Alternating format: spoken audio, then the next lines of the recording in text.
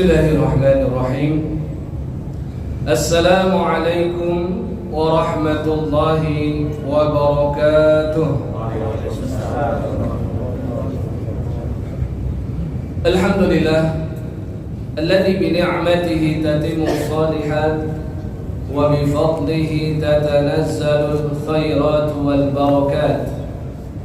Wa nusalli wa nusallimu ala ashrafi ahli al-ardi was samawat rasulina wa nabiyyina wa syafi'ina wa sayyidina Muhammad sallallahu alaihi wasallam wa ala alihi wa ashabihi wa dhurriyyatihi ulil makramat. Allahumma subhanak la ilma lana illa ma 'allamtana innaka antal alimul hakim. Allahumma anfa'na bima 'allamtana wa 'allimna ma yanfa'una wa zidna 'ilman thumma amma ba'd. Ikhwatal iman wa muslimin dan muslimat, jamaah salat zuhur yang dirahmati dan dimuliakan Allah Subhanahu wa taala.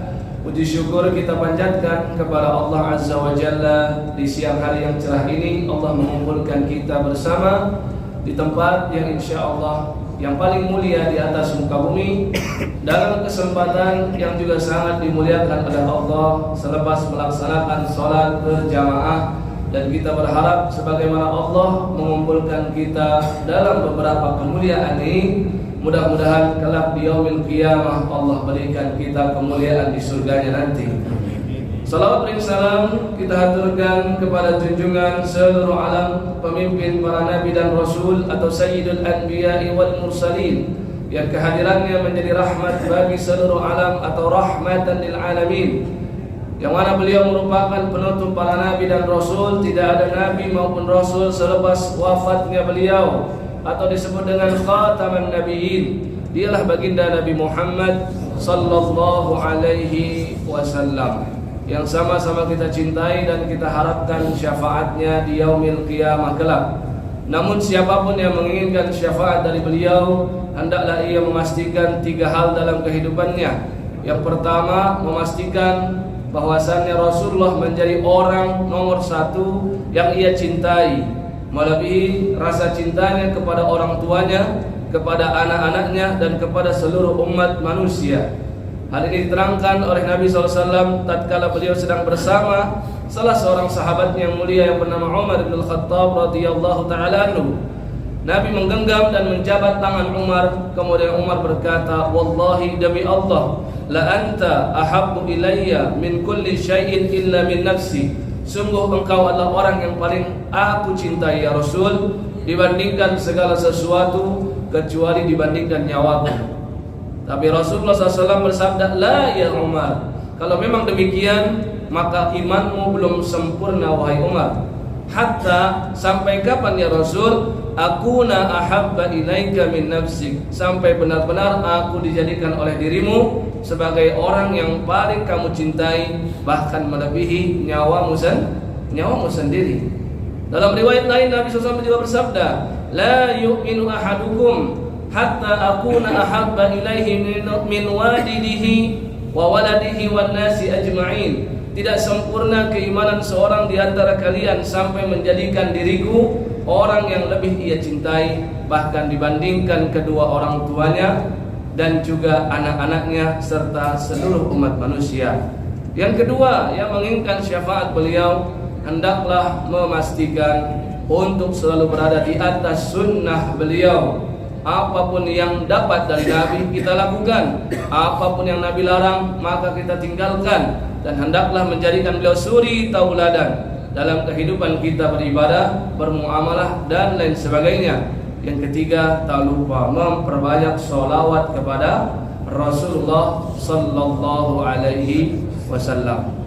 Di kesempatan yang mulia ini insya Allah kita akan membahas satu pembahasan yang mungkin ini banyak terjadi di masyarakat. Beberapa masalah tatkala sedang sholat berjamaah. Biasanya jika di sebuah masjid sudah masuknya waktu untuk ditegakkannya sholat, atau jeda azan iqamat sudah habis, maka di situ kita lihat beberapa jamaah ada yang mulai gaduh. Ada di antara mereka yang memerintahkan untuk qomat. Ada di antara mereka bahkan dengan beraninya segera mengambil mic kemudian melakukan iqamat. Padahal jika kita lihat bagaimana Rasulullah sallallahu alaihi wasallam, beliau bersabda, "Idza uqimatis shalah," bahkan jika qomat sudah selesai dikumandangkan, "fala taqumu," maka kalian jamaahku, kata Nabi, kalian para makmum, jangan sampai kalian berdiri hatta tarawni, sampai kalian menyaksikan aku di hadapan kalian. Apa maksud hadis ini? Yang memulai sholat adalah imam. Yang berhak untuk memulai didirikannya sholat adalah imam, bukan muadzin dan bukan makmum. Sehingga kita perlu perhatikan, jika memang waktu jeda azan dan iqamat sudah habis, maka seorang muadzin hendaklah ia memastikan di mana letak imam, di mana posisi dia. Jika beliau imam masih dalam kondisi sholat qabliyah, maka janganlah qomat terlebih dahulu. Kenapa? Karena memang demikian yang dikatakan oleh Nabi SAW. Nabi saat itu adalah imam rawatib. Nabi juga saat itu ketua DKM Masjid Nabawi. Beliau juga sekaligus menjadi pemimpin dan kepala negara. Beliau yang berhak untuk memulai sholat. Maka beliau katakan, walaupun qomat sudah dikumandangkan, hendaklah makmum jangan bangun sampai menyaksikan ada imam di tengah kalian. Kalau yang terjadi di masyarakat, misalkan jamaah sibuk, misalkan waktu sangat sempit, maka ada beberapa solusi yang bisa dilakukan. Tapi jangan sampai dengan sembrono melakukan iqamat, kemudian nanti akhirnya yang terjadi yang jadi imam adalah imam dorongan. Paham imam dorongan? Saling dorong-mendorong, atau bahkan salah satu di antara jamaah ada yang penuh dengan percaya diri maju ke depan, sehingga ternyata apa? Sholatnya bermasalah. Kenapa? Karena ternyata si imam bukanlah orang yang kompeten yang bisa menjadi imam. Sedangkan karakteristik imam itu sudah dijelaskan oleh syariat. Perhatikan, Rasulullah SAW sampaikan, salah satu, ada 3 golongan yang tidak akan, pahala sholatnya tidak akan naik melebihi 1 jengkal. 3 golongan, yang mana kalau 3 golongan ini sholat, maka pahala mereka tidak akan naik ke atas, maksudnya tidak diterima oleh Allah, kecuali hanya 1 jengkal di atas kepalanya saja, tertahan, tidak diterima oleh Allah. Salah satunya adalah apa? Imam yang dibenci oleh makmum. Maksud imam yang dibenci oleh makmum bukan kebencian unsur pribadi, bukan karena masalah personal, tapi yang dimaksud adalah ketika imam tersebut bukanlah imam yang kompeten, sehingga rusak sholatnya, dan beberapa makmum pun tidak senang. Berapa banyak di antara masjid-masjid di sekitaran kita ada imam-imam yang fatihahnya rusak, membaca fatihah tidak sesuai, sedangkan fatihah itu adalah rukun sholat. Untuk sholat dia sendiri saja tidak sah, bagaimana untuk memimpin jamaah? Maka tentu lebih tidak sah lagi. Nabi SAW sampaikan, inna rajul, ada seseorang, sungguh ada seseorang, la yusalli, benar-benar melakukan ibadah sholat, sittina sanatan, selama 60 tahun, lam tuqbal lahu sholatun, tapi dalam 60 tahun ia mengerjakan sholat, tidak ada satupun sholat yang dia apa Pak? Yang diterima. Ya, bayangkan 60 tahun sholat, sehari 5 kali minimal, dalam 1 bulan 150 kali paling tidak. Bagaimana dalam skala 1 tahun? Bagaimana seumur hidupnya? Yang mana biasanya umur umat Nabi SAW seputar 60 sampai 70-an. Bayangkan selama puluhan tahun tidak ada satupun, kata Nabi, lam tuqbal lahu sholatun, tidak ada satupun sholat yang diterima oleh Allah. Kata Nabi di antara penyebabnya, la'allahu yutimur ruku' wa la yutimmus sujud. Mungkin dia rukuknya bagus tapi sujudnya jelek. Atau sebaliknya, la'allahu yutimmus sujud wa la yutimur ruku'. Dia sujudnya bagus tapi rukuknya tidak bagus. Bayangkan kalau sholat kita dipimpin oleh imam-imam yang tidak mengerti tentang fikih sholat. Untuk sholat dia sendiri saja tidak sah, bagaimana dengan sholat para makmum? Makanya Nabi SAW sampaikan, wahai kaum muslimin yang merasa penuh dengan percaya diri berhak menjadi imam padahal dia tidak kompeten untuk menjadi imam, perhatikan kata Rasulullah sallallahu alaihi wasallam, yusalluna lakum fa in asabu. Imam-imam itu sholat demi kalian para makmum. Kalau imamnya sudah benar, falakum walahum, maka pahalanya buat kalian semua. Imam dapat dan makmum juga dapat. Tapi wa in akhtau, kalau imamnya salah, kalau imamnya banyak tidak beres dalam sholatnya, tidak memperhatikan rukun sholat dan wajib sholat, maka kata Nabi SAW, fa'alaihim, maka pahalanya buat kalian tapi dosanya untuk imam. Maka perhatikan betul, jika memang waktunya sudah iqamat, perhatikan ada imam atau tidak. Kalau ada, segera untuk iqamat. Bahkan kalaupun masih ada makmum-makmum yang sedang sholat sunnah tapi imamnya sudah perintahkan untuk kumandangkan iqamat, maka dikumandangkan. Dan nanti akan masuk ke fikih berikutnya tentang makmum yang sedang sholat sunnah ketika mau qomat seperti apa gitu, ya. Nah, kemudian yang kedua yang perlu diperhatikan juga dalam masalah sholat berjamaah yang sering terjadi adalah kedatangan ke masjid dalam kondisi tergesa-gesa dan terburu-buru. Bahkan ketika ini qomat sudah dikumandangkan.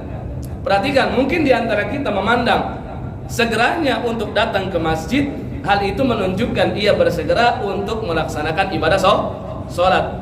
Tapi ternyata yang Nabi inginkan adalah seseorang benar-benar siap untuk memulai sholat dalam kondisi hatinya khusyuk dan tenang, agar jangan sampai dia dalam kondisi ngos-ngosan, agar jangan sampai kondisi hatinya tidak beraturan. Kata Nabi SAW, idza sami'tumul iqamah, jika kalian sudah mendengar iqamat, famshu ila sholat, kalian berjalanlah menuju sholat. Nabi nggak katakan untuk berlari-lari. Famshu ila sholat, berjalanlah menuju sholat berjamaah. Bahkan beliau tekankan lagi, wa alaikum bis sakinati wal waqar wala tusri'u, hendaklah kalian tenang berjalannya, wal waqar, dengan pelan-pelan, dan juga apa? Wala tusri'u, jangan terburu-buru. Kenapa demikian? Kata Nabi SAW, fama adraktum fasallu, rakaat yang sudah kalian dapat yaitulah rezeki kalian. Kalau datang ke sini imam sudah sujud, ya sudah, ikuti sujud. Jangan menyesal kehilangan satu rakaat. Kalau datang ke bagian masih imam berdiri, alhamdulillah dapat satu rakaat. Kata Nabi SAW, wa ma fatakum fa'timmu, dan apapun yang kelewat maka tinggal disempurnakan, tinggal ditambah rakaatnya. Tapi poinnya yang Nabi inginkan terhadap umatnya adalah ketika kita mau memulai sholat, benar-benar dalam kondisi hati tenang, khusyuk. Jadi walaupun hal itu membuat kita terlambat, ketinggalan satu rakaat, hal itu lebih baik. Makanya ada beberapa perkara yang ketika ini ada dalam hidup kita, sebelum kita sholat, maka perkara ini dulu selesaikan, kemudian baru sholat. Contohnya Nabi bersabda, wala huwa yudafi'uhul akhbathan, kalau dia sudah datang ke masjid, sudah siap mau sholat berjamaah, tiba-tiba ada yang ingin dikeluarkan, baik buang air kecil ataupun buang air besar. Apa yang Nabi perintahkan? La sholata, jangan sholat sampai selesaikan dan tuntaskan semuanya. Kalau sudah, maka dia sholat dengan tenang. Maka dia sholat dengan tenang. Bahkan dalam riwayat lain, kalau satu jamaah hendak makan dan makanan itu sudah terhidang, yang lebih baik adalah makan terlebih dahulu berjamaah, kemudian setelah itu sholat bersama-sama. Ya, ini kalau sudah bersepakat satu jamaah dan setelah selesai makan semuanya sholat itu lebih baik, kata Nabi. La sholata liman hadratat ta'am, jangan kamu sholat ketika makanan sudah terhidang. Lebih baik makan tapi ingat sholat daripada sholat sembari ingat makan, Pak. Iya, itu Nabi yang bilang. Ya, dan ya, jangan tergesa-gesa. Yang ketiga, masalah yang sering terjadi pada sholat berjamaah, tatkala datang ke masjid karena saking ingin mendapatkan satu rakaat dari imam, dia menyaksikan imam sedang ruku, maka dia segera takbiratul ihram dan ruku, tapi tidak menyambung shaf sudah terisi 1, 2, 3. Yang shaf ketiga masih ada mungkin 5 orang lagi sih di sayap kanan. Dia datang langsung takbiratul ihram di shaf yang keempat di tengah. Padahal shaf ketiga sayap kanan masih kosong.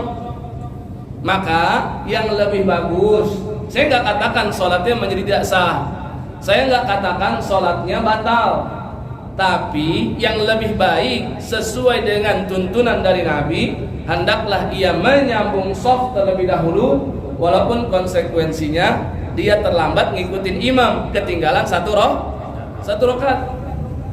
Lebih baik seperti itu daripada dia segera ngikutin imam dan tidak menyambung shaf. Kenapa demikian? Ada arahan khusus dari Nabi tentang hal ini. Salah seorang sahabat Nabi yang bernama Abu Bakrah radhiyallahu ta'ala anhu, dia datang ke Masjid Nabawi. Nabi sedang salat jamaah. Kemudian Nabi SAW dalam kondisi ruku'. Maka dia ingat hadis Nabi SAW, man adraka ruku' faqad adraka rak'ah. Barang siapa yang mendapat ruku', maka dia dapat satu rakaat. Maka dia langsung Allahu Akbar, dekat pintu Masjid Nabawi, dia sholat terus dia ruku'. Pas i'tidal baru dia maju perlahan-lahan untuk menyambung shaf. Dan ketahuilah Nabi SAW walaupun jadi imam, di bagian punggung beliau itu seakan-akan ada CCTV, Pak. Iya, karena Nabi sering ingatkan kepada jamaah, ya, apa yang kalian lakukan aku ketahui, kata Nabi. Kenapa demikian? Karena tugas Nabi sepanjang beliau masih hidup, beliau menjelaskan syariat. Apapun yang dilakukan oleh sahabatnya, jika itu tidak sesuai syariat, Nabi harus terangkan. Karena kalau enggak Nabi terangkan, tandanya perbuatan itu dibenarkan. Dan ketika Nabi revisi, tandanya perbuatan itu salah, dan yang benar apa yang sesuai direvisi oleh Rasulullah SAW. Maka sahabat Abu Bakrah sholat, setelah selesai tiba-tiba Nabi mendatangi Abu Bakrah. Bukan Abu Bakar ya, ingat namanya siapa? Abu Bakrah, ini orang lain. Bakrah itu artinya tali timbaan. Karena ketika beliau masuk Islam dulu, beliau itu adalah dulu budak dari orang Yahudi. Kemudian ketika Nabi SAW menyerang suatu perkampungan Yahudi, dia ada di bentengnya, maka dia loncat tuh dari atas benteng dengan tali timbaan sumur. Itu namanya Bakrah. Maka disebut dengan Abu Bakrah. Nabi bebaskan dia dari perbudakan. Setelah masuk Islam, tuannya minta kepada Nabi, ya Nabi, itu Abu Bakrah tuh, itu kan budak saya. Kata Nabi SAW, dia sudah dibebaskan oleh Allah dan Rasulnya, sudah bukan milikmu lagi dia. Nah, Abu Bakrah ini diingatkan oleh Nabi SAW. Kata beliau, sadaqallahu hirsan, mudah-mudahan Allah berikan kamu semangat lain kali dalam sholat berjamaah. Wala ta'ud, kalau bisa kedepannya jangan diulang. Sebagian mungkin menduga kata-kata jangan diulang seakan-akan sholat itu tidak sah. Padahal supaya kita ingin menyimpulkan tidak sah atau kurang satu rakaat adalah ketika Nabi perintahkan dia untuk ngulangin sholat, atau Nabi perintahkan dia untuk nambah Tapi ternyata riwayatnya nggak begitu. Nabi nggak suruh dia ngulangin sholat, Nabi juga nggak perintahkan dia nambah satu rakaat. Tandanya apa? Sholatnya sah nggak? Sah sholatnya. Akan tetapi yang lebih bagus adalah menyambung shaf walaupun telat satu rakaat. Itu yang lebih baik. Berikutnya yang sering terjadi di masyarakat, ketika dia datang karena terburu-buru, tergesa-gesa, dan imam juga sedang rukuk, yang dia lakukan takbiratul ihram sekali kemudian langsung rukuk. Saya juga mengatakan ini sholatnya nggak sah, bukan. Cuman siapa yang tahu perbuatan orang ini, takbir yang pertama dia lakukan itu takbiratul ihram kah atau takbir intiqal? Jadi gambarannya dia datang gitu ya, terburu-buru ya, dia Allahu Akbar, misalkan pakai hadisnya Malik bin Huwairis yang mengatakan sejajar telinga, atau Allahu Akbar, ini riwayat Ibnu Umar, sejajar dengan pundak, terus langsung ruku. Semestinya yang lebih tepat takbirnya dua kali. Dan dia tentukan takbir yang pertama adalah takbiratul ihram, takbir yang kedua takbir intiqal. Kalau takbirnya cuma satu kali, maka dia sendiri itu kalau ditanya juga bingung, takbir apa ente? Nah, ketika dia bingung, bagaimana dia bisa menganggap sholatnya benar? Sedangkan takbiratul ihram itu adalah rukun sholat. Kalau takbir intiqal, perpindahan gerakan, itu bukan ulama sepakat. Paling maksimal itu wajib sholat menurut ulama Hanabilah. Ulama-ulama yang bermazhabkan Hambali, mereka memandang wajib sholat. Apa sih bedanya? Rukun, wajib, dan sunnah sholat. Perbedaannya, kalau rukun, setiap gerakan ataupun ucapan di dalam ibadah sholat yang jika ditinggalkan secara unsur sengaja ataupun tidak sengaja, maka sholatnya tidak sah. Dan garis bawahi, tidak bisa diperbaiki sholatnya dengan sujud sahwi. Ini rukun sholat. Seperti apa niat, seperti apa berdiri ketika mampu dalam sholat wajib. Sholat sunnah boleh duduk silahkan, tapi pahalanya setengah dari yang berdiri. Yang berbaring silahkan mau sholat sunnah, tapi pahalanya setengah dari yang duduk. Kalau sholat wajib, yang boleh duduk yang punya uzur, ada masalah pengapuran pada kaki, atau ada luka, atau pasca operasi, dan uzur yang lain, intinya membuat dia tidak bisa berdiri. Ini sholat wajib. Apa dalilnya? Nabi kalau sholat sunnah kadang di atas unta.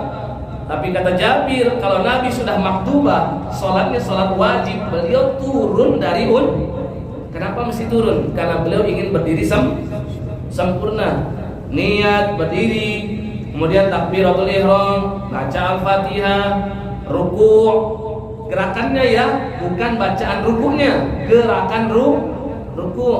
Kemudian apa? I'tidal, sujud, gerakan sujud, bukan bacaan sujud. Duduk di antara dua sujud.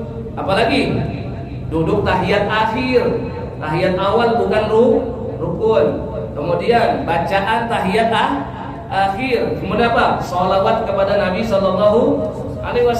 Kemudian salam yang pertama, bukan salam yang kedua. Gak ada masalah, orang sudah assalamualaikum, dia kentut, gak ada masalah, sholatnya tetap sah. Karena dalam hadis riwayat Imam Ahmad, Sayyidah Aisyah bercerita, karena Nabi SAW yusallimu taslimatan wahidatan. Nabi pernah sholat dan salamnya cuma satu kali. Yang ketiga tumaninah. Yang keempat, 14 maksudnya. Yang ke-14 adalah tartib, ya harus berurutan dong. Jangan dia acak-acak gitu ya. Nah, tumaninah ini kalau ada sholat versi proklamasi nggak satu. Apa sholat versi proklamasi? Sholat yang diselesaikan dalam tempo yang singkatnya. Yang Allah Assalamualaikum. Nah itu nggak ada tumaninah. Dan ini nih 14 ini harus diperhatikan. Ini rukun. Kalau hilang tidak bisa direvisi dengan sujud sahwi, dan hilangnya unsur kesengajaan ataupun tidak, maka sholatnya tidak sah. Maka jalan keluarnya bermacam-macam, tergantung apa yang hilang dari rukun itu. Kalau misalkan dia lupa baca Al-Fatihah, barangkali ada sholat dia baru hafal surat Al-Baqarah misalkan, saking semangatnya takbiratul ihram dia baca langsung lupa baca Fatihah, Pak. Ya misalkan sholat sendiri gitu ya, sampai dari Alif Lam Mim sampai wa'fu anna waghfir lana warhamna 286 ayat dia habiskan itu Al-Baqarah.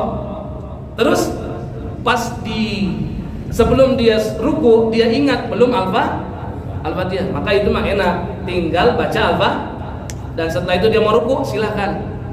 Tapi kalau dia sudah sujud, sudah i'tidal, baru keingat dan baru ngeh Al-Fatihahnya belum, kalau yang seperti ini daripada mengulang sholat dari awal, mendingan lanjutkan ke rakaat kedua, tapi rakaat pertamanya nggak hitung satu rakaat. Kenapa? Karena nggak ada nggak ada Fatihah. Ini nih harus diperhatikan rukun sholat. Kalau wajib di bawahnya sedikit. Wajib sholat itu perkara yang kalau ditinggalkan secara unsur ketidaksengajaan, maka bisa direvisi dengan sujud sahwi. Tapi kalau ninggalinnya memang sengaja, ya berarti sama kayak yang pertama rukun sholat tuh, batal sholat. Nah menurut Hanabilah, ulama-ulama mazhab Hambali, takbir perpindahan gerakan sholat itu adalah wajib sholat. Maka kalau mengikut pendapat ini, berarti sholatnya bisa batal kalau dia sengaja enggak dilakukan. Tapi kalau jumhur ulama Syafi'iyah, Hanafiyah, Malikiyah, dan ini yang saya pun juga lebih cenderung kepadanya, takbir intiqal itu cuma sunnah. Artinya apa? Kebahasan yang tadi, kalau ada orang baru datang, imam sudah rukuk, maka takbirlah 2 kali. Tentukan takbir yang pertama itu adalah rukun sholat, takbiratul ihram. Takbir yang kedua, maka dia baru rukuk. Ini yang perlu diperhatikan. Berikutnya, sudah waktu? Siap. Sedikit lagi. Sholat sunnah, padahal iqamat dikumandangkan. Ini perlu diperhatikan. Ada sebagian orang ketika qomat Allahu Akbar, dia sholat sunnah di belakang. Maka kata Nabi SAW, idza uqimatis sholat, kalau qomat sedang dikumandangkan, fala sholata illal maktubah, tidak ada sholat lagi kecuali sholat wajib bersama imam. Hanya diizinkan bagi orang-orang tertentu untuk melanjutkan sholatnya ketika satu, yang melakukannya adalah imam rawatib. Mungkin si muazzinnya yang qomat sudah tahu dia sedang sholat, maka dia qomat aja.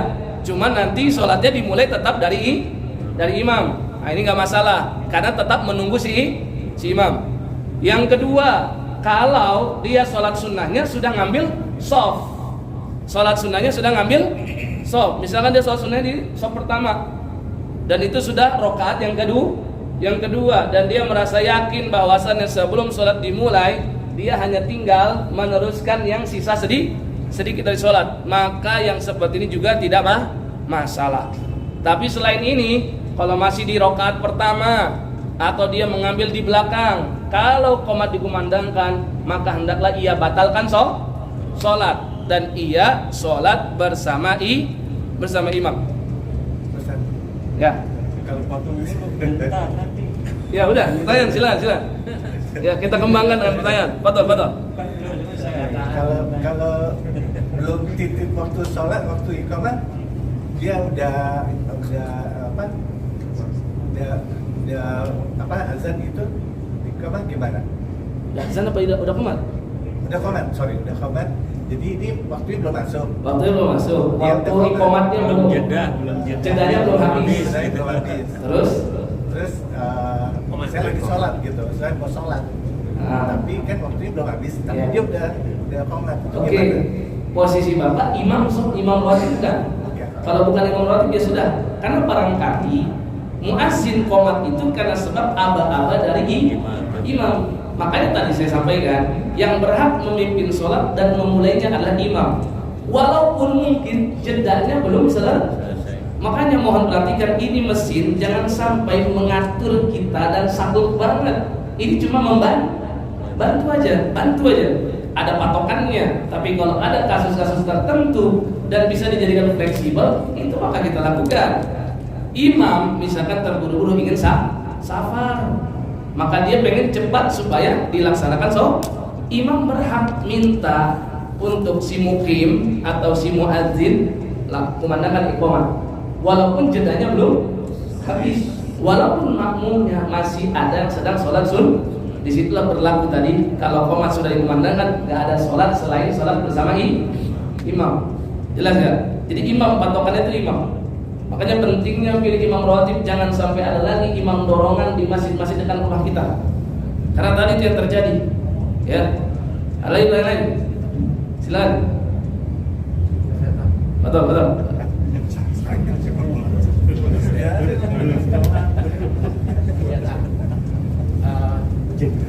Itu kan sering kaget karena biasa di lingkungan sholat itu setelah azan itu tenang, artinya kita sebagai jemaah itu kesempatan untuk sholat rawatib secara sunnah. Tapi terkadang beberapa tempat itu setelah azan dia sholat rawatib cepat sekali, setelah itu sholawatan. Dan sementara kita baru datang, waktu masih panjang. Sholat sunnah kadang kan nggak konsen kan. Ini sholawatannya pakai speaker juga. Nah sebenarnya sholawatan itu yang lebih penting atau sholat sunnah rawatibnya? Jadi terkadang kita jadi sendiri kan. Sementara kita terbiasa tidak seperti itu. Pokoknya kalau selesai azan silakan zikir sholat. Kalaupun ngaji ya mungkin dalam hati saja. Siap. Tidak. Saya paham. Jadi saya ingin menceritakan ini terjadi di Masjid Nabawi nih. Ya, Nabi SAW ketika beliau sedang i'tikaf di masjid, beliau itu membuat semacam kemah ya. Karena perlu saya garis bawahi supaya diketahui oleh jamaah, Masjid Nabawi dulu kan nggak seperti kita gini, ada karpetnya. Masjid Nabawi itu masih tanah, tiang-tiangnya dari pohon kurma, atapnya itu pelepah kurma. Kalau hujan becek itu. Maka ketika sedang i'tikaf, karena Nabi itu i'tikafnya full ya, bukan i'tikaf kalong. Makanya Nabi SAW mengambil semacam kayak kamar gitu loh, kecil, dibuat kayak kemah. Nabi di situ tuh, ya. Ada beberapa sahabat yang juga ibadah di area masjid. Tahu enggak apa yang dilakukan beberapa sahabat? Ada yang ngajinya kenceng. Saya mau tanya, ngaji ibadah bukan? Ibadah. Ada yang lagi sholat sunnah, bacaannya juga kenceng.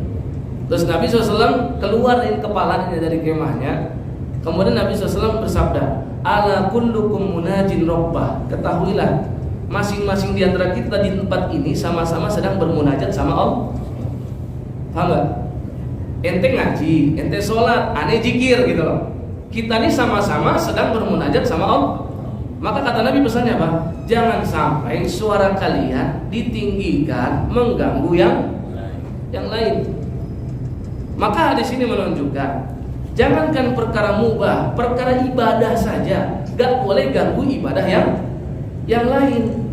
Maka sepatutnya di masjid-masjid di sekitaran kita sudah gak terjadi lagi apa yang tadi disampaikan, bersolawat dengan suara keras dengan speaker keluar. Saya pahami begini, di zaman silam ini biasanya kan tradisi dari dulu. Di zaman silam pertama masjid itu nggak banyak. Untuk supaya orang tahu ini ada masjid, mereka membuat semacam syiar-syiar yang menunjukkan tempat itu makanya mereka bersolawat agak dikeraskan. Tujuannya di zaman dulu supaya orang tahu. Satu. Yang kedua, dulu nggak ada kayak begini nih, jam juga masih terbatas. Maka mirip seperti di zaman Nabi tuh. Nabi kalau sholat kira-kira berapa lama sih? Ada dari sahabat kira-kira 50 ayat. Pakainya kan acuannya berapa? Sekian ayat, sekian ayat. Maka di zaman dulu itu juga sama. Kalau ada sholawat diakhiri di sini, ini biasanya sudah selesai. Maka penggunaan itu di zaman silam, saya rasa hal itu nggak ada masalah. Tapi di zaman sekarang dengan teknologi sudah bagus. Masing-masing orang juga punya jam. Dan hampir di setiap masjid juga tahu. Biasanya jeda azan iqomat itu 10 menit, 10 menit. Paling lama itu 15 biasanya. Khusus subuh biasanya. Dan zuhur baru saya agak panjang Pak, karena ada qobliyah 4 rakaat. Masa buat zuhur yang ada 4 rakaat qobliyahnya disamain dengan sholat asar, disamain dengan sholat jedanya harusnya dibedakan agak panjang ya. Panjang ini kalau usah 10 menit, tambahin aja 5 menit. Pokoknya karena kita tahu di situ ada rawatib yang sangat diutamakan 4 rakaat sebelum zuhur. Kalau disamain, ya nanti akhirnya orang banyak yang nggak dapat 4 rakaat. Nah maka menurut dalam pandangan saya, hal-hal seperti ini mohon sudah perlu direvisi. Bukan berarti kita mencela perbuatan orang-orang dulu, enggak. Sesuaikan zaman dulu dengan zaman sekarang itu sudah berbeda. Orang banyak mempermasalahkan bagaimana membaca surat Yasin di malam Jumat. Sering dikaitkannya dengan itu sesuatu yang dilakukan oleh Nabi. Tapi kita ingatkan, di zaman dulu Quran sangat terbatas. Orang menyampaikan ayat-ayat sesuai dengan lisan dari guru mereka. Maka akhirnya yang banyak turun-temurun surat itulah yang dibaca. Tapi zaman sekarang ada surat Al-Kahfi, kita sudah tahu keutamaannya di hari Jumat dan di malam Jumat. Maka sepatutnya ya kita amalkan juga Al-Kahfinya. Jangan ngandelin itu saja. Begitupun yang sekarang. Sekarang dengan speaker, suara kencang, ada yang lagi sholawatan itu mengganggu. Fatihahnya nggak selesai-selesai Pak, yang lagi sholat. Bener deh, nggak selesai. Saya pernah ngerasain gitu. Ya, Fatihahnya nggak akan selesai-selesai. Kenapa? Terganggu dengan sholat. Dan sesungguhnya kalaupun seandainya yang melakukan beralasan ini kan jeda azan iqomat bagusnya zikir dan sholawat adalah juga bahkan zikir yang sangat utama. Kata Nabi SAW, man shalla alaihi sholatan, barang siapa bersolawat kepadaku satu kali, apa yang terjadi? Sallallahu alaihi asyra shalawatin, Allah berikan 10 kali lipat rahmat untuk dia dibandingkan sebelum dia sholawat. Wa huttat anhu asyru khati'at, akan dihapuskan 10 kesalahan, dan rufi'at lahu asyru darajat, dan dia akan ditinggikan derajat atau level surganya, tingkatan surganya 10 itu cuma sekali pas salawat. Gimana 2? Maka kita katakan, iya silakan, tapi tolong salawatnya sendiri. Dan mana tahu orang lain juga ingin zikir dan dia ingat saya yang kurang tuh saat ini adalah istighfar. Akhirnya dia pengennya Jadi jangan dipaksa semuanya juga harus sama salawat. Barangkali ada yang ingin subhanallah wa bihamdi subhanallahil azim. Barangkali ada yang ingin afdhalul zikri la ilaha. Barangkali ada yang ingin doa yang mustajab antara azan dan maka perbuatan ini sepatutnya jangan lagi terjadi karena memang mengganggu. Seperti tadi Nabi mengatakan, masing-masing kita sama-sama sedang hormati ibadah masing-masing. Ada yang lain? Pak, jadi solusinya gimana tuh Pak? Kita sholat sunnah atau kita ikut sholawatan? Sholat sunnah di rumah aja. Kalau memang terganggu, ya. Kalau memang terganggu, sholat sunnah di rumah. Karena sebenarnya sebaik-baik sholat itu di rumah, kecuali sholat wajib. Tapi mohon diperhatikan, hadis ini bukan menunjukkan kita semua sholat sunnah harus di rumah, enggak. Karena Nabi sendiri pun juga suka sholat qobliyah di masjid. Nabi juga kadang sholat ba'diyah di masjid. Poinnya yang Nabi inginkan, jangan sampai keberkahan sholat itu cuma berhenti di masjid, nggak kita bawa ke rumah. Dan jangan sampai rumah kita kayak kuburan, nggak dibacakan Quran, nggak dilakukan sholat. Maka yang terbaik adalah sholat di rumah. Dan kalau kita mungkin nanti malas kalau sampai rumah, misalkan ba'diyah sampai rumah pengennya main sama anak, pengennya main sama istri, lupa akhirnya salat ba'diyah. Lebih baik ba'diyah di masjid. Nah, kalau terjadi seperti yang Bapak ceritakan, maka solusi terbaik menurut saya salat di rumah untuk qabli dan ba'diyahnya di masjid. Itu lebih baik daripada Bapak ngedumel lagi sholat di masjid, ini berisik banget. Ya jelas kalau solusi terbaik kalau kita termasuk DKM, kita diskusi lah antar pengurus, Pak ini sudah nggak relevan jalan sekarang, ini begini-begini, kita diskusi. Tapi kalau nggak diterima bagaimana? Kan kita juga tetap harus bermuamalah dengan baik. Dan pengurus itu yang punya kuasa atas mas.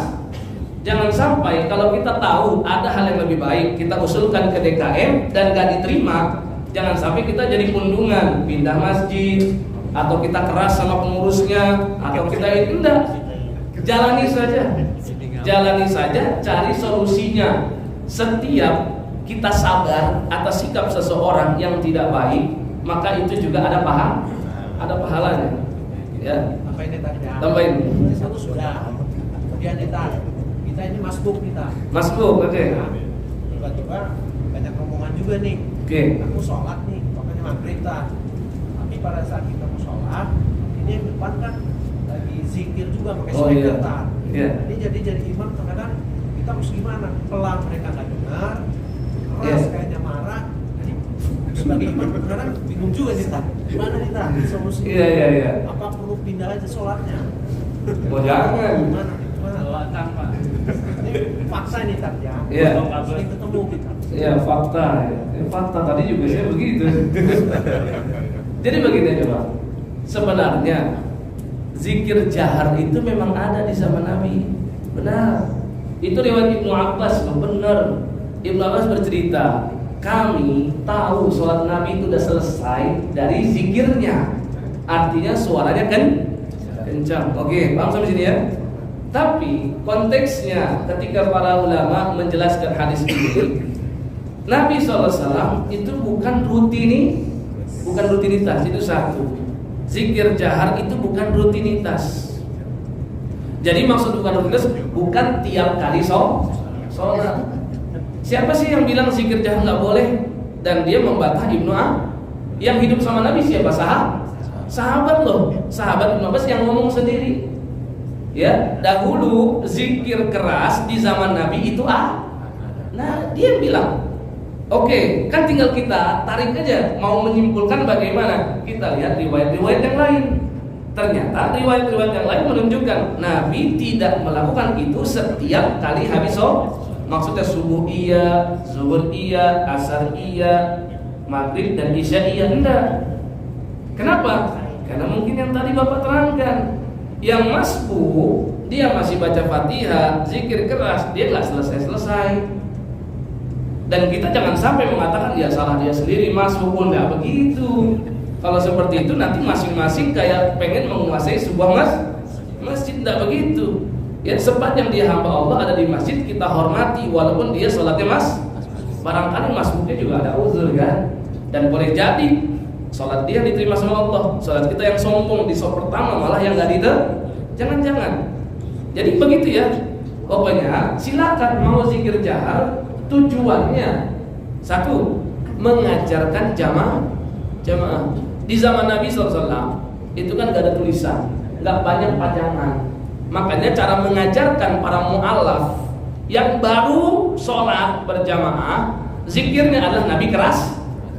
Dan dengan dikeraskan yang di belakang kan, oh ini tahu urutannya ini. Tapi sifatnya temporer. Pas udah kelihatan kayaknya ini udah pada paham, Nabi nggak lakukan lagi. Nah sekarang kalau di tengah jamaah sudah pada hafal zikirnya, sudah juga punya buku panduan kecil banyak tersebar. Dalam pandangan saya lebih baik masing-masing. Karena hal itu pertama lebih khusyuk untuk diri kita sendiri. Karena apa? Ada zikir yang maksur, ada juga yang kurang maksur. Barangkali kita pengen yang maksur, istighfar 3 kali, Allahumma antas salam, terus ayat kursi. Barangkali kalau ngikut orang, versi zikirnya urutannya lain. Satu, lebih khusyuk buat diri sendiri. Yang kedua, kadang-kala zikir ini nanti ditutup dengan doa. Ada sebagian mungkin yang nggak pengen doa, atau kadang-kala pas doa doanya buat diri sendiri. Misalkan pas Rabbil firli wali walidayya, itu yang di belakang mikir, ini kok buat orang tua dia doang. Dan kata Nabi SAW, termasuk pengkhianatan. Seorang pemimpin ketika dia mendoakan untuk diri sendiri, harusnya buat semua orang. Ya. Dan tadi di luar itu semua masih ada yang sholat dan itu pasti mengganggu. Ya. Dan saya harap apa yang saya jawab ini bukan berarti harus direvisi yang di sini ya. Ini hanya sebagai rekomendasi saja. Ya. Wallahu a'lam bishawab. Jadi Ustaz, jadi mungkin kita saling memahami aja Ustaz. Ya. Mungkin saling memahami karena saya juga pernah mengalami di Masjid Subrata itu. Mungkin tiap minggu saya maghrib di situ tapi terlambat. Ya. Masuk lah. Ya. Nah, selesai sholat jamaah itu kan dia sholatnya bincang itu pakai mic segala macam. Awalnya saya terganggu nih. Kita kan lagi sholat wajib, sholatnya bincang sekali. Tapi lama-lama ya memang udah kebiasaan di situ ya kita saling memahami aja kita. Iya. Jadi mungkin karena memang tradisi di masyarakat ada kayak gitu ya kita saling untuk sekarang itu kita saling memahami aja supaya jangan saling. Makanya tadi kan saya sampaikan, tetap kan keputusan DKM kan, yang punya kuasa itu DKM. Kita hanya bisa menyampaikan, mengusulkan, tidak diterima ya nggak ada masalah. Dan tadi jangan sampai kita jadi jamaah kundungan gitu kan. Gara-gara masalah itu jadi kita ini kan itu memang tadi itu yang terjadi. Ya, ingat setiap kesabaran kita dalam perkara yang tidak kita senangi ada nilai pahala. Ya, dan tadi pun yang ketika kita sampaikan hadis Nabi mengatakan masing-masing kita sedang munajat sama Allah, nggak ada satupun kok sahabat yang bilang, ya Nabi kalau emang dasarnya khusyuk aja, nggak ada kan? Bener nggak? Kalau memang mau itu saja menjadi alasan, kan pasti kan sahabat bisa aja bilang, ya Nabi kalau emang dasarnya zikirnya khusyuk ya khusyuk, walaupun kita baca Qurannya kan kencang, tapi kan ternyata enggak kan? Nabi tetap bilang masing-masing kita sedang bermunajat, harusnya saling menghormati. Ya, silakan. Assalamualaikum warahmatullahi wabarakatuh. Waalaikumsalam. Ustaz, kalau misalnya kita jadi makmum masbuk gitu ya, Ya. Ikut rukuk langsung. Terus apakah di rakaat ketiga itu kita baca surat setelah Fatihah? Itu yang pertama. Terus yang kedua, seandainya kita setelah sholat itu sholat wajib, kemudian kita sholat ba'da, terus ada yang menepuk punggung kita untuk menjadi makmum, apakah kita perlu memberikan tanda ini bukan sholat wajib nih, atau kita diam aja? Iya. Dan kemudian seandainya kita yang jadi makmum yang nempuk, ketika kita lagi di pertengahan kita ikut makmum dia, terus kita sadar ini orang bukan sholat wajib nih, apa yang harus kita lakukan? Iya. Jadi yang kedua dulu ya, hal itu tidak merusak ya. Ketika kita sedang sholat sunnah, kemudian kita ditepuk sama orang itu pengen sholat wajib, kita sholat sunnah, ya berlakulah hadis Nabi, innamal a'malu binniyat wa innamal likulli imri'in ma nawa. Masing-masing dihitung pahalanya sesuai nih niat. Saya sholat sunnah, niatnya sholat wajib, hal ini tidak merusak. Satu. Yang kedua, yang makin menguatkan, dulu sahabat Nabi namanya Mu'adz bin Jabal. Beliau itu ditugaskan oleh Nabi. Jadi apa? Jadi ustadz di sebuah perkampungan, namanya perkampungan Bani Salamah. Sekitar 5 km lah dari Masjid Nabawi. Mu'adz ini punya kebiasaan, kalau masuk waktunya sholat, beliau langsung ke Masjid Nabawi dari perkampungan Bani Salamah. Tujuannya apa? Tujuannya pengen sholat berjamaah sama Rasulullah. Padahal dia ditugaskan di perkampungan Bani Salamah untuk jadi ustadz setempat, dan dialah yang mimpin sholat berjamaah. Ada musola juga di sana, ya. Tapi ternyata dia malah ke Masjid Nabawi. Oke, sampai sini paham? Ya. Berarti dia statusnya makmum, Nabi imam, dan berarti yang dia lakukan adalah sholat wajib. Paham sampai sini? Setelah selesai, dia sholat lagi ke Bani Salamah, menjadi imam sekarang. Maka sholat dia yang pertama adalah sholat wajib. Sholat dia yang kedua adalah sholat sunnah. Dia jadi imam, sholatnya sunnah, makmumnya sholat wajib, dan itu dibenarkan oleh Rasulullah SAW. Cuman agak dikecam memang waktu itu Muaz, masalahnya sholat Isya ngabisin Al-Baqarah sampai habis. Sehingga ada sahabat yang memisahkan diri, langsung ngadu ke Nabi, itu aja yang Nabi kecam. Iya, bayangin sampai waqfu anna itu 2 rakaat habis. Mau kita coba di Al-Qur'an coba. Ya kan? Bubar itu kan. Jadi yang Nabi kecam itu, tapi perbuatan Muaz enggak Nabi salahkan. Ya, paham enggak sampai sini? Jadi dia sholat 2 kali. Sholat pertama sholat wajib, penggugur kewajiban sholat wajib. Yang kedua kali dia jadi imam dan dia sholat seperti yang digambarkan Bapak tadi kan. Kita sedang sholat sunnah tiba-tiba ditepuk. Ya, dan perhatikan kita jadi makmum ya ambil posisi kanan. Karena saya pernah temukan di masjid ketika ada dia sholat dia ambil posisi kiri. Ya, kadang-kadang kata Nabi kan idza ra'a minkum munkaron, kalau ada kemungkaran maka dirubahkan dengan tangan. Ya sudah saya beginikan.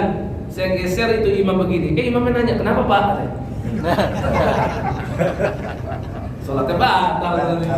Padahal maksudnya biar dia ngegeser makmumnya jadi sebelah kanan, ya. Nah ini yang untuk masalah yang kedua. Jadi nggak ada masalah, ya. Begitupun kita yang jadi makmumnya, kita datang, nggak apa-apa. Nggak tahu kita nih orang sholat apa, sholat sunnah atau sholat wajib, kita berjamaah sama dia, nggak ada masalah. Yang terbaik itu cukup di sebelahnya saja, tanpa perlu menepuk, karena dia sudah mengerti. Ya kalau misalkan memang dia nggak mengerti, toh kita kan ngikutin gerakan dia. Karena kadang kalau ditepuk ada yang latahan, cepot gitu ya. Coba kalau dia, ya. Sedangkan pertanyaan pertama tadi apa ya? Kan kalau di rakaat pertama kita belum sempat baca surat setelah Al-Fatihah. Oke. Oh iya. Ya, setiap sholat berjamaah kita itu punya bacaan-bacaan yang tetap bacaan individu kita. Begitupun juga gerakan-gerakan yang individu kita. Contohnya apa? Ya ketika imam selesai, kita masuk kehilangan 1 roh. Dengan selesainya imam kan kita belum selesai kan? Kita tetap harus nambah 1 roh. Betul nggak? Begitupun juga bacaan-bacaan. Kalau kita masuk rakaat kedua, sedangkan saat itu imam sudah kalau kita masuk kita baru mau rakaat pertama berarti imamnya sudah rakaat kedua. Kemudian imam rakaat ketiga udah nggak ada suaranya, kita masih rakaat kedua. Apa yang kita lakukan? Yang kita lakukan ya sesuaikan dengan rakaat kita. Rakaat kita adalah rakaat kedua. Berarti disunahkan. Ingat, bukan wajib ya, disunahkan. Dalam kondisi berdiri, bacaan yang wajib itu cuma Al-Fatihah. Bacaan surat setelah Al-Fatihah itu bukan rukun.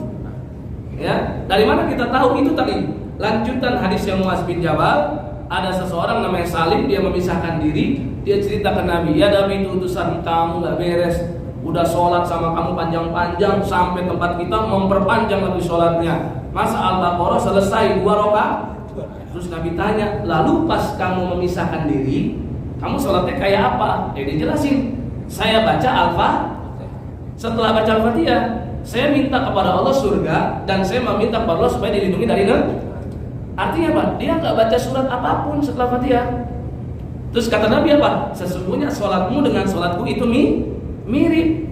Berarti apa? Nabi benarkan perbuatan dia. Dengan hadis ini kita jadi tahu semua surat setelah Al-Fatihah itu statusnya cuma Berarti kalau kita pas rakaat kedua lagi enak-enak alif lam mim zalikal kitab, imamnya sudah ruku, ya udah jangan diselesaiin, nggak ada masalah. Ataupun kita sudah niat pengen baca surat tapi imam sudah keburu ya kita ikutin imam, jangan kita malah nyelesain surat kita. Itu kepalang soleh orang kayak begitu.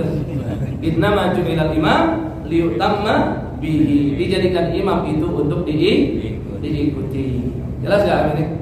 Ya, mudah-mudahan bermanfaat dan insyaallah di kesempatan berikutnya akan kita bahas lagi tentang masalah-masalah sholat. Mudah-mudahan sholat kita semakin sempurna dan mudah-mudahan sholat kita diterima oleh Allah Subhanahu wa taala. Subhanakallahumma wa bihamdika asyhadu an la ilaha illa anta astaghfiruka wa atubu ilaik. Wassalamualaikum warahmatullahi wabarakatuh.